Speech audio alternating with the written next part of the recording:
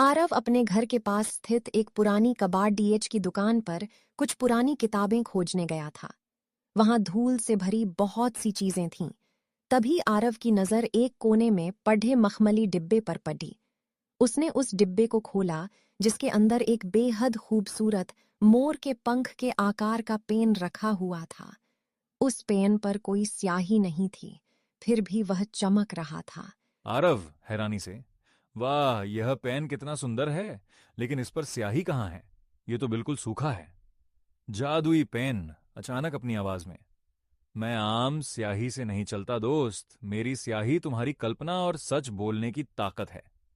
आरव घबरा कर डिब्बा पीछे करते हुए, अरे बाप रे, पेन पेन बोल रहा है? क्या मैं कोई सपना देख रहा हूं? जादुई पेन हंसते हुए, बिल्कुल नहीं आरव, मैं सचमुच बोल रहा हूं। मेरा नाम कल्पना है। इस दुनिया में बहुत कम लोग ही मुझे ढूंढ पाते हैं। आरव थोड़ा सामान्य होकर, लेकिन तुम यहां इस कबाडाच में कैसे पहुंचे और तुम मेरी मदद कैसे कर सकते हो? जादुई पेन, मुझे एक जादुई दुनिया के रचयिता ने बनाया था। मैं जो भी लिखता हूं या बनाता हूं वह सच हो जाता है, लेकिन मेरी एक शर्त है, तुम मुझसे कभी किसी का बुरा नहीं लिखोगे। आरव खुश होकर, यह तो बहुत शानदार है, चलो घर चलते हैं, मैं तुम्हें अपनी बहन सीमा को भी दिखाऊंगा। आरव भागता हुआ घर पहुंचा। उसने अपनी बहन सीमा को आवाज दी। सीमा ने जब उस खूबसूरत पेन को देखा तो वह भी हैरान रह गई। आरव ने सीमा को पेन के बोलने वाली बात बताई। सीमा, आरव, अगर यह पेन सचमुच जादुई है तो क्यों ना हम इससे कुछ ऐसा लिखें जो हमारी कॉलोनी के लिए अच्छा हो, जैसे हमारी कॉलोनी के पार्क में सूखे हुए पौधे। आरव, हाँ चलो हम एक कागज पर लिखते हैं कि पार्क हरा भरा हो जाए। आरव ने पेन हाथ में लिया और कागज पर लिखा, हमारे पार्क के सभी सूखे पेड़िएज पौधे फिर से हरे भरे हो जाएं और रंग बिरंगे फूल खिल जाएं।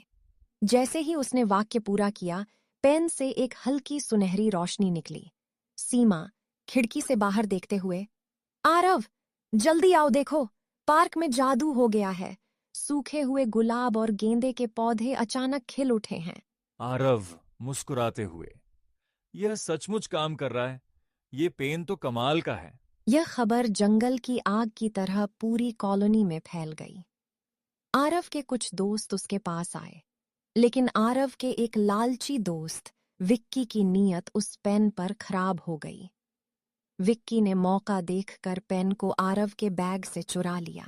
विक्की अकेले में पेन से बात करते हुए, आरव तो बहुत सीधा है, इस पेन का असली इस्तेमाल तो मैं कर सकता हूं।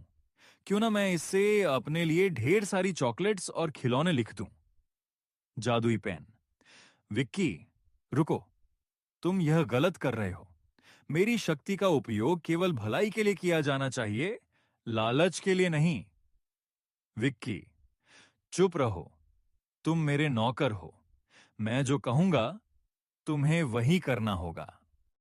विक्की ने गुस्से में पेन से कागज पर लिखा, मेरे कमरे में सोने के सिक्के और दुनिया की सबसे महंगी चॉकलेट्स आ जाएं। जादुई पेन, जैसी तुम्हारी इच्छा, लेकिन इसका परिणाम तुम्हें भुगतना होगा। विक्की ने जैसे ही लिखा, उसके कमरे में चॉकलेट्स और सोने के सिक्के तो आ गए, लेकिन उनके साथ साथ कमरे में एक बहुत बद्दा मधुमक्खियों का छत्ता भी प्रकट हो गया। मधुमक्खियां विक्की को काटने लगीं और वह चीखने लगा। विक्की दर्द से चिल्लाता हुआ आरव के घर भागा। उसने आरव को सारी बात बता दी और पेन वापस करते हुए माफी मांगी। विक्की रोते हुए, आरव मुझे माफ कर दो, मैंने लालच किया और जादुई पेन का गलत इस्तेमाल किया, अब मैं कभी ऐसा नहीं करूंगा। आरव, कोई बात नहीं विक्की, जादुई शक्तियां जिम्मेदारी मांगती हैं, लालच नहीं। चलो हम पेन से लिखते हैं कि तुम्हारी मधुमक्खियां चली जाएं और तुम्हारा दर्द ठीक हो जाए। आरव ने पेन से लिखा और सब कुछ ठीक हो गया। विक्की को अपनी गलती का एहसास हो गया था और वह आरव का पक्का दोस्त बन गया। इसके बाद आरव और सीमा ने पेन का इस्तेमाल हमेशा अच्छे कामों के लिए किया। उन्होंने स्कूल में गरीब बच्चों के लिए किताबें, बीमार लोगों के लिए अच्छी सेहत और गांव में बारिश न होने पर पानी की समस्या को दूर करने के लिए पेन का इस्तेमाल किया। पेन भी उनके इस नेक दिल से बहुत खुश था। जादुई पेन। आरव, तुमने मेरी शक्ति का सही इस्तेमाल किया है। अब समय आ गया है कि मैं एक और जादुई सफर पर निकलूं। इस दुनिया में बहुत से लोग मेरी तलाश में हैं। आरव, उदास होकर, क्या तुम जा रहे हो? हम तो तुम्हारे दोस्त बन गए थे। जादुई पेन। दोस्त हमेशा दिल में रहते हैं आरव। मैं हमेशा तुम्हारे विचारों और तुम्हारी कल्पनाओं में रहूंगा। बस हमेशा सच का साथ देना और लोगों की मदद करना। इतना कहकर जादुई पेन एक सुनहरी रोशनी में बदल गया और हवा में गायब हो गया। लेकिन आरव और सीमा को यह सीख मिल गई कि असली जादू तो हमारी नीयत, सच्चाई और अच्छे विचारों में होता है।